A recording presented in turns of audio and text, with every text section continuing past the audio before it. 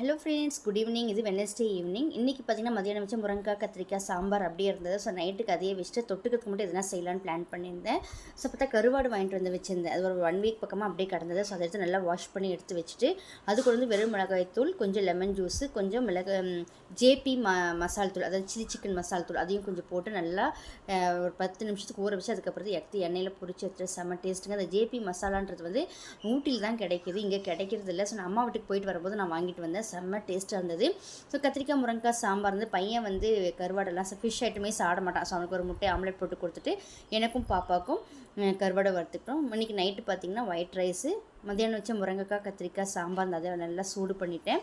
அதை ஊற்றி கொஞ்சம் கருவாடை வச்சு பாப்பா கொடுத்துட்டேன். பையனுக்கு அதே சாப்பாடு சாம்பார் வச்சு முட்டை வச்சு கொடுத்துட்டேன். நானும் அதை வச்சு சாப்பிட்டேன். இந்த கருவாடு செம்ம டேஸ்ட். அந்த முருங்கைக்காய் கத்திரிக்காய் சாம்பாருக்கும் இந்த கருவாடுக்கு வேறு லெவல் இருந்தது. பிடிச்சிருந்தால் லைக் பண்ணுங்கள், ஷேர் பண்ணுங்கள், மறக்காமல் சப்ஸ்கிரைப் பண்ணி பாருங்கள். தேங்க்ஸ் ஃபார் வாட்சிங்.